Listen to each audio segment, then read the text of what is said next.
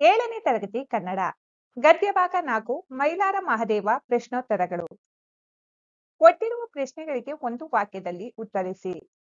ಪ್ರಶ್ನೆ 1. ಮೋಟೆಬೆನ್ನೂರು ಎಂಬ ಹಳ್ಳಿ ಯಾವ ಜಿಲ್ಲೆಯಲ್ಲಿದೆ? ಉತ್ತರ: ಮೋಟೆಬೆನ್ನೂರು ಎಂಬ ಹಳ್ಳಿ ಹಾವೇರಿ ಜಿಲ್ಲೆಯಲ್ಲಿದೆ. ಪ್ರಶ್ನೆ 2. ಯಾವ ಪಠ್ಯಗಳ ವಿಚಾರ ಯಾವಾಗಲೂ ಮೈಲಾರರ ಮನಸ್ಸಿನಲ್ಲಿ ಗುನುಗುಡುತ್ತಿತ್ತು? ಉತ್ತರ: ಖಾದಿ ಪಠ್ಯಗಳ ವಿಚಾರ ಯಾವಾಗಲೂ ಮೈಲಾರರ ಮನಸ್ಸಿನಲ್ಲಿ ಗುನುಗುಡುತ್ತಿತ್ತು. ಪ್ರಶ್ನೆ 3. ಮಹದೇವನಿಗೆ ಗಾಂಧಿಯವರೊಡನೆ ಯಾವ ಆಶ್ರಮದಲ್ಲಿ ಇರಬೇಕೆಂದು ಆಸೆಯಾಯಿತು? ಉತ್ತರ: ಮಹದೇವನಿಗೆ ಗಾಂಧಿಯವರೊಡನೆ ಸಬರಮತಿ ಆಶ್ರಮದಲ್ಲಿ ಇರಬೇಕೆಂದು ಆಸೆಯಾಯಿತು. ಪ್ರಶ್ನೆ 4. ವಿಜಯಪುರ ಜಿಲ್ಲೆಯಲ್ಲಿ ಯಾವ ಗ್ರಾಮದಲ್ಲಿ ಖಾದಿ ಬಟ್ಟೆಗಳನ್ನು ತಯಾರು ಮಾಡುತ್ತಿದ್ದರು? ಉತ್ತರ: ವಿಜಯಪುರ ಜಿಲ್ಲೆಯಲ್ಲಿ ಕಲದಗಿ ಎಂಬ ಗ್ರಾಮದಲ್ಲಿ ಖಾದಿ ಬಟ್ಟೆಗಳನ್ನು ತಯಾರು ಮಾಡುತ್ತಿದ್ದರು. ಪ್ರಶ್ನೆ 5. 1942ರಲ್ಲಿ ಗಾಂಧೀಜಿಯವರು ಯಾವ ಘೋಷಣೆ ಮಾಡಿದರು? ಉತ್ತರ: 1942ರಲ್ಲಿ ಗಾಂಧೀಜಿಯವರು ಬ್ರಿಟಿಷರೇ ಭಾರತ ಬಿಟ್ಟು ತೊಲಗಿ ಅಂದರೆ ಕ್ವಿಟ್ ಇಂಡಿಯಾ ಎಂಬ ಘೋಷಣೆ ಮಾಡಿದರು. ಪ್ರಶ್ನೆ 6. ಮಹದೇವ ಅವರು ಎಲ್ಲಿ ಪೊಲೀಸರ ಬಂದೂಕು ಅಪಹರಿಸಿದರು? ಉತ್ತರ: ಮಹದೇವ ಅವರು ಹೊನ್ನತಿ ಎಂಬಲ್ಲಿ ಪೊಲೀಸರ ಬಂದೂಕು ಅಪಹರಿಸಿದರು. ಕೆಳಗಿನ ಪ್ರಶ್ನೆಗಳಿಗೆ 2-3 ವಾಕ್ಯಗಳಲ್ಲಿ ಪ್ರಶ್ನೆ 1. ಮಹದೇವ ಕಲದಗಿ ಎಂಬ ಒಂದು ಗ್ರಾಮಕ್ಕೆ ಹೋಗಿ ಏನು ತಿಳಿದುಕೊಂಡರು? ಉತ್ತರ: ಮಹದೇವ 12-13ರ ವಯಸ್ಸಿನಲ್ಲಿ ವಿಜಯಪುರ ಜಿಲ್ಲೆಯ ಕಲದಗಿ ಎಂಬ ಒಂದು ಗ್ರಾಮಕ್ಕೆ ಹೋದರು. ಅಲ್ಲಿ ಖಾದಿ ಬಟ್ಟೆಗಳನ್ನು ತಯಾರು ಮಾಡುತ್ತಿದ್ದರು. ಮಹದೇವರು ಖಾದಿ ಬಟ್ಟೆ ತಯಾರಿಸುವುದು ಹೇಗೆ ಎಂದು ತಿಳಿದುಕೊಂಡರು. ಪ್ರಶ್ನೆ 2. ದಂಡಿ ಯಾತ್ರೆಯಲ್ಲಿ ಹೆಜ್ಜೆ ಹಾಕಿದ ಮಹದೇವರಿಗೆ ಆದ ಶಿಕ್ಷೆ ಏನು? ಉತ್ತರ: ದಂಡಿ ಯಾತ್ರೆಯಲ್ಲಿ ಹೆಜ್ಜೆ ಹಾಕಿದ್ದರಿಂದ ಮಹದೇವರಿಗೆ ಸೆರೆಮನೆ ವಾಸ ಶಿಕ್ಷೆಯಾಯಿತು. ಮಹದೇವ ಅವರು 6 ತಿಂಗಳು ಸೆರೆಮನೆಯಲ್ಲಿ ಕಳೆದರು. ಪ್ರಶ್ನೆ 3. ಮಹದೇವ ಮತ್ತು ಸಿದ್ದಮತಿ ಇಬ್ಬರು ಸೇವಾಶ್ರಮದ ಸಂಚಾಲಕರಾಗಿ ಮಾಡಿದ ಕೆಲಸಗಳೇನು? ಉತ್ತರ: ಗಂಡ ಹೆಂಡತಿಯರಿಬ್ಬರು ಅಂದರೆ ಮಹದೇವ ಮತ್ತು ಸಿದ್ದಮತಿ ಸೇವಾಶ್ರಮದ ಸಂಚಾಲಕರಾಗಿ ಅನೇಕ ಕೆಲಸಗಳನ್ನು ಮಾಡಿದರು. ಚರಕದಿಂದ ನೂಲು ತೆಗೆಯುವುದು, ಪ್ರಕೃತಿ ಚಿಕಿತ್ಸೆ, ವ್ಯಾಯಾಮ ಮುಂತಾದವುಗಳನ್ನು ಹಳ್ಳಿ ಜನರಿಗೆ ಅಭ್ಯಾಸ ಮಾಡಿಸಿದರು. ಅಲ್ಲಿ ತಯಾರಾಗುತ್ತಿದ್ದ ಖಾದಿಯನ್ನು ಊರೂರಿಗೆ ಕೊಂಡು ಹೋಗಿ ಮಾರುತ್ತಿದ್ದರು. ಇದು ಮಹದೇವನ ಖಾದಿ ಎಂದೇ ಪ್ರಸಿದ್ಧಿಯಾಯಿತು. ಪ್ರಶ್ನೆ 4.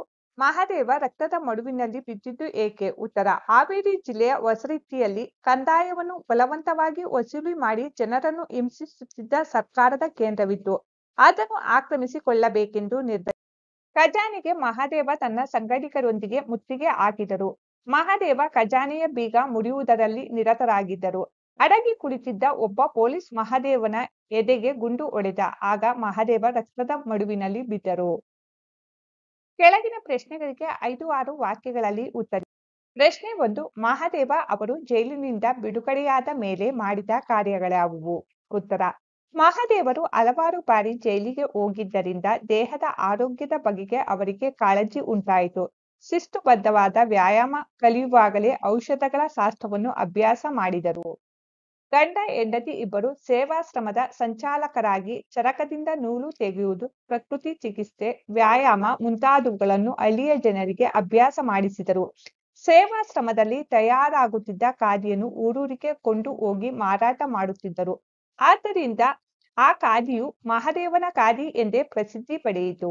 ಪ್ರಶ್ನೆ 2. ಬ್ರಿಟಿಷರು ಭಾರತ ಬಿಟ್ಟು ತೊಲಗಬೇಕಾದರೆ ಏನು ಮಾಡಬೇಕೆಂದು ಮಹದೇವ ಯೋಚಿಸಿದರು? ಉತ್ತರ: ಬ್ರಿಟಿಷರು ಭಾರತ ಬಿಟ್ಟು ತೊಲಗಬೇಕಾದರೆ ಅವರ ಆಡಳಿತಕ್ಕೆ ಧಕ್ಕೆ ಉಂಟುಮಾಡಿ ಅವರಿಗೆ ಆಡಳಿತ ನಡೆಸುವುದು ಸಾಧ್ಯವಿಲ್ಲ ಎನಿಸಬೇಕು ಎಂದು ಯೋಚಿಸಿ ಮಹದೇವ ತಮ್ಮ ಸಂಗಡಿಗರೊಂದಿಗೆ ಇಂತಹ ಸಾಹಸಕ್ಕೆ ಅಣಿಯಾದರು. ರೈಲು ಓಡಾಟದ ಮೇಲೆ ಇವರು ಗಮನವಿಟ್ಟರು.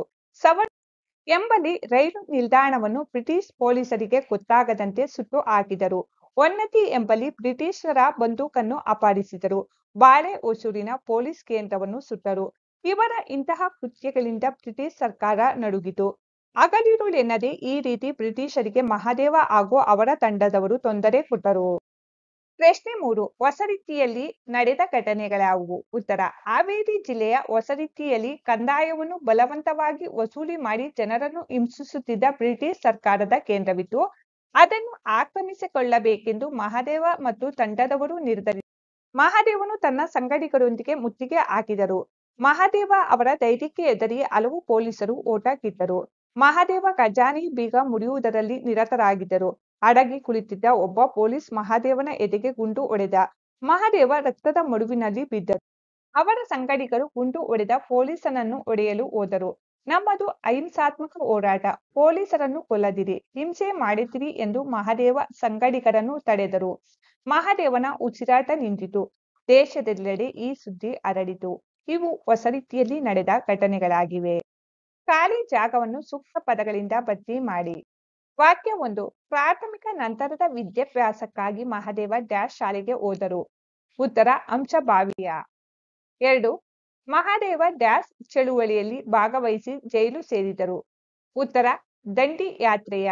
3. ಹಾವೇರಿ ಜಿಲ್ಲೆಯ ಹೊಸ ರೀತಿಯಲ್ಲಿದ್ದ ಸರಕಾರದ ಕೇಂದ್ರ ಡ್ಯಾಶ್ ವಸೂಲಿ ಮಾಡುತ್ತಿತ್ತು. ಉತ್ತರ ಕಂದಾಯವನ್ನು. ಸ್ವಾತಂತ್ರ್ಯ ಚಳುವಳಿಗೆ ಸಂಬಂಧಪಟ್ಟ 10 ಪದಗಳನ್ನು ಬರೆಯಿರಿ. ಚಳುವಳಿ, ಹೋರಾಟ, ದೇಶಭಕ್ತರು, ಘೋಷಣೆ, ಸಾಹಸ, ಸತ್ಯಾಗ್ರಹ, ತ್ಯಾಗ, ಧೈರ್ಯ, ಬಂದೂಕು, ಅಹಿಂಸೆ. ಕೆಳಗೆ ಸೂಚಿಸಿರುವ ಊರುಗಳು ಯಾವ ಜಿಲ್ಲೆಯಲ್ಲಿವೆ ಎಂಬುದನ್ನು ಬರೆಯಿರಿ. 1. ಮೋಟೆಬೆನ್ನೂರು ಹಾವೇರಿ ಜಿಲ್ಲೆ. ಹೊಸರೀತಿ ಹಾವೇರಿ ಜಿಲ್ಲೆ. ಕಲದಗಿ ವಿಜಯಪುರ ಜಿಲ್ಲೆ. ಕೆಳಗೆ ಸೂಚಿಸಿರುವ ಪದಗಳನ್ನು ಬಳಸಿ ವಾಕ್ಯಗಳನ್ನು ರಚಿಸಿ. 1. ಸ್ವಾತಂತ್ರ್ಯ. ನಮ್ಮ ದೇಶದ ಸ್ವಾತಂತ್ರ್ಯಕ್ಕಾಗಿ ಅನೇಕ ವೀರರು ಪ್ರಾಣತ್ಯಾಗ ಮಾಡಿದರು. ಆಡಳಿತ. 1947 ಆಗಸ್ಟ್ 15ರಂದು ನಮ್ಮ ದೇಶ ಬ್ರಿಟಿಷ್ ಆಡಳಿತದಿಂದ ಮುಕ್ತಿ ಪಡೆಯಿತು. 3. ದೇಶಭಕ್ತ. ನಮ್ಮ ದೇಶಕ್ಕಾಗಿ ನಿಷ್ಠೆಯಿಂದ ದುಡಿಯುತ್ತಿರುವ ಸೈನಿಕರು ನಿಜವಾದ ದೇಶಭಕ್ತರು. 4. ಅಸಹಕಾರ. ಆಡಳಿತ ಸರ್ಕಾರದ ಉತ್ತಮ ಯೋಜನೆಗಳಿಗೆ ಸಾರ್ವಜನಿಕರು ಅಸಹಕಾರ ತೋರಿದರೆ ಅವು ಯಶಸ್ವಿಯಾಗುವುದಿಲ್ಲ. 5. ಚಳುವಳಿ. ಗಾಂಧೀಜಿಯವರು ಬ್ರಿಟಿಷರೇ ಭಾರತ ಬಿಟ್ಟು ತೊಲಗಿ ಎಂಬ ಘೋಷಣೆಯ ಚಳುವಳಿಯನ್ನು ಮಾಡಿದರು. ವಾಕ್ಯಗಳಲ್ಲಿ ವಿಶೇಷ ಮತ್ತು ವಿಶೇಷಣಗಳನ್ನು ಗುರುತಿಸಿ. ವಾಕ್ಯಗಳು. ತೋಳವು ದೊಡ್ಡ ನಾಯಿಯಂತೆ ಇದೆ. ವಿಶೇಷ ನಾಯಿ, ವಿಶೇಷಣ ದೊಡ್ಡ. ವಾಕ್ಯ. ಮಿನುಗುವ ನಕ್ಷತ್ರವನ್ನು ನೋಡುತ್ತಾ ಇರಲು ನನಗೆ ಇಷ್ಟ. ವಿಶೇಷ ನಕ್ಷತ್ರ, ವಿಶೇಷಣ ಮಿನುಗು. ವಾಕ್ಯ. ಭಾರತೀಯ ವಿಜ್ಞಾನಿಗಳು ಅತ್ಯಂತ ಬುದ್ಧಿವಂತರು. ವಿಶೇಷ ವಿಜ್ಞಾನಿ, ವಿಶೇಷಣ ಭಾರತೀಯ. ವಾಕ್ಯ.